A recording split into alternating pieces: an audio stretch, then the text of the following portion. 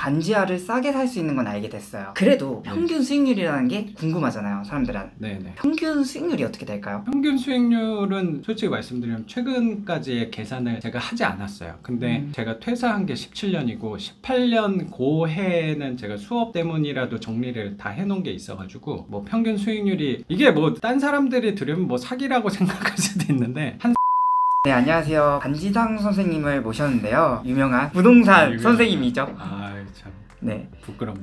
저희 이제 필명이 왜 반지상인지. 아, 이거 되게 굉장히 중요한 질문이에요. 제가 항상 수십 번을 얘기했지만 얘기할 때마다 항상 얘기하고 싶은 거거든요. 아, 정말요? 네. 필명을 어쨌든 만들어야겠다고 생각은 했어요. 네. 항상 사람들은 똑같은 대상이 있으면 대상에 대한 선입관이 분명히 있는 것 같아요. 네네. 특히 선입관이라고 하면 뭐 전 부동산 주로 다루니까 아파트 하면 보통은 좋은 쪽을 많이 생각하더라고요. 그쵸. 근데 아파트도 장점만 있는 건 분명 아닐 것 같아요. 근데 맞아요. 사람들은 부각을 시키는 게 아파트에 대해서 그 장점을 크게 보는 거예요. 근데 빌라에 대해서, 특히 반지하 빌라에 대해서는 단점을 많이 보는 것 같다고 생각이 들더라고요. 근데 아파트도 장점도 당연히 있겠지. 근데 단점도 있을 거라고 생각을 해요. 반지하 또한 마찬가지라고 생각이 들어요. 반지하도 장점하고 단점이 분명히 있을 거예요. 반지하에 대해서는 단점을 이만큼 봐. 단점도 이만큼 있을 거고 사람들이 부각시켜서 보지 않는 장점에 대해서 크게 보려고 생각을 했던 것 같아요. 반지하라는 단어에서도 분명히 부정적인 선입관이 껴있다고 생각이 들어요. 땅이 있으면 여기에 걸쳐져 있는 게 반지하고 반지상이 있는 거잖아요. 네. 그러면 요거 합쳐서를 반지하라고 우리는 부르는 건데 요것도 반지하지만 요것도 반지한 거잖아요. 그래서 나는 나와 있는 부분, 이왕이면 긍정적인 부분, 나는 이걸 더 크게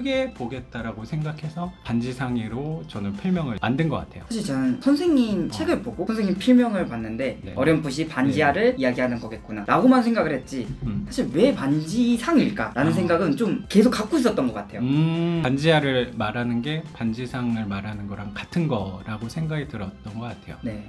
뭐 컵에 물이 반이 남아있냐 뭐 반밖에 없냐 뭐 그거랑 뭐 비슷한 개념이 아닐까 생각이 들어요. 그러면은 일단은 남들이 친숙할 수 있는 반지하라는 단어를 쓸 건데 왜 하필 이제 반지하를 투자하게 됐는지 저는 그것도 이제 궁금해요. 제가 경매를 시작한 게 2012년도 처음 낙찰 받은 게 12년도 10월 달에 낙찰을 받았어요. 네. 그러면 지금부터 거의 10년 정도 전인데 사람들은 왜 그때는 부동산 관심이 많이 없을 거고 그때는 아파트 값도 쌌는데 왜 그때 아파트를 하지 바보같이 반지하를 하냐라고 생각할 수도 있는데 그거는 결과적인 거라고 생각해요. 지금 10년 정도 지나니까 그게 막 2배, 3배, 2배, 3배가 뭐야 사실 한 5배, 10배가 올랐을 것 같은 느낌도 되게 드는데 제가 12년도 그때 상황에서 할 수 있었던 물건은 사실 아니었던 것 같아요. 내가 갖고 있는 자금 뭐 2천만 원, 3천만 원 그것도 시작도 마이너스 통장으로 했는데 저한테 제일 중요했던 건 뭐냐면 감정가보다 많이 싸게 받아야지 대출에서 유리해지잖아요. 그쵸. 그런 물건은 사실 반지하밖에 없었던 것 같아요. 지상층 물건 아니면 아파트 같은 경우는 감정가랑 낙찰가가 거의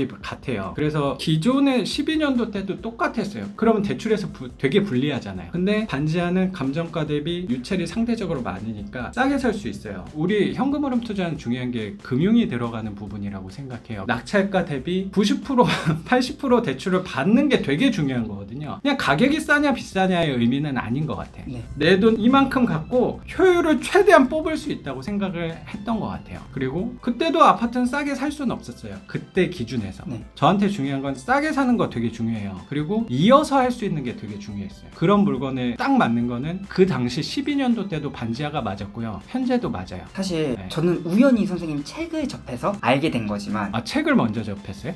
저는 책을 먼저 접했어요. 훌륭한 네. 청년이에요. 사실 그 전에 이제 부동산이라는 건 먼저 공부를 했었으니까 네. 경매 사이트를 봐라 해서 봤는데 안 싼 거예요, 제 생각보다. 안 싸? 네. 안 싸요, 안 싸. 근데 이걸로 어떻게 부동산을 할까 이런 생각을 하다가 이제 선생님 책을 접하게 된 거죠. 그러고 이제 반지하를 나쁘게만 볼 필요가 없다라는 생각을 하게 된 거죠. 맞아. 그때 이제 처음으로 싸게 살 수 있는 물건을 찾게 되는 법을 배운 것 같아요. 맞아.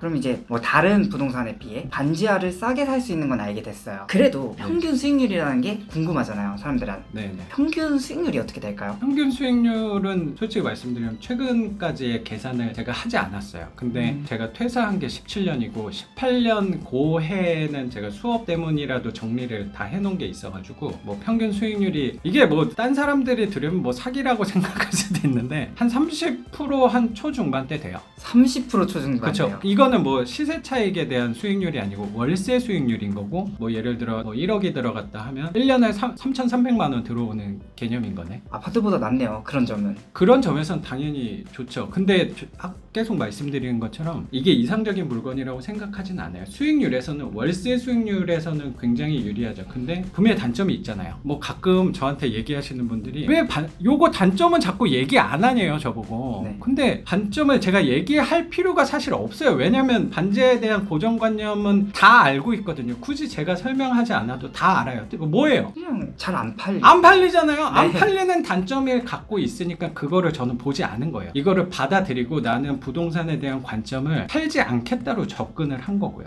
그랬더니 이 단점이 아닌 게 되더라고요. 생각해보니까 단점이 안 팔리는 거면 안 팔겠다고 생각하고 투자를 하면 그렇죠. 단점이 아니네요. 그러니까 이게 굉장히 심플해요. 제가 생각하는 게 제가 막 머리가 뛰어나서 그렇게 한 게 아니고 네. 그것만 개념만 버리면 생각보다 되게 편해요. 안 팔면 되지 했더니 장점이 있잖아요. 장점은 수익률이 높다는 거라고 생각이 저는 정확히 들었던 것 같고, 반지하는 사고 팔기가 쉽지 않잖아요. 그쵸. 그래서 자연스럽게 오래 갖고 가게 돼요. 그리고 부동산에 막 열심히 내놔도 문의하는 사람조차도 없을 거란 말이에요. 그쵸. 그게 오히려 단점이라고 생각을 했는데 네. 가장 큰 장점이더라고요. 그렇게 갖고 갔더니 뭐 제가 선생님은 수업하면서도 몇 번 말씀드리고 했지만 뭐 재개발도 된 사례도 생기는 것 같고, 역세권이 갑자기 되는 것 같다는 생각도 들고, 재건축이 또 되는 것 같다는 생각, 그 관점 때문이라고 생각이 저는 좀 들어요. 그래서 이게 굉장히 반지하는 저한테 투자 가치관을 굉장히 저한테 많이 심어준 물건이라고 생각해요. 그러면 네. 아무래도 이제 높은 수익률이 있는 것도 알고 네. 사람들이 잘 알았다고 생각을 하고 네. 이제 도전을 하고 싶지만 제일 궁금한 게 있잖아요. 있죠. 월 수입이 어떻게 되나요? 월 수입. 그래서 그거를 제가 어떻게 우회적으로 말씀을 드릴 수 있을까 생각을 많이 해봤어요. 네. 되게 좋은 방법이 있더라고요. 어떤 방법일까요?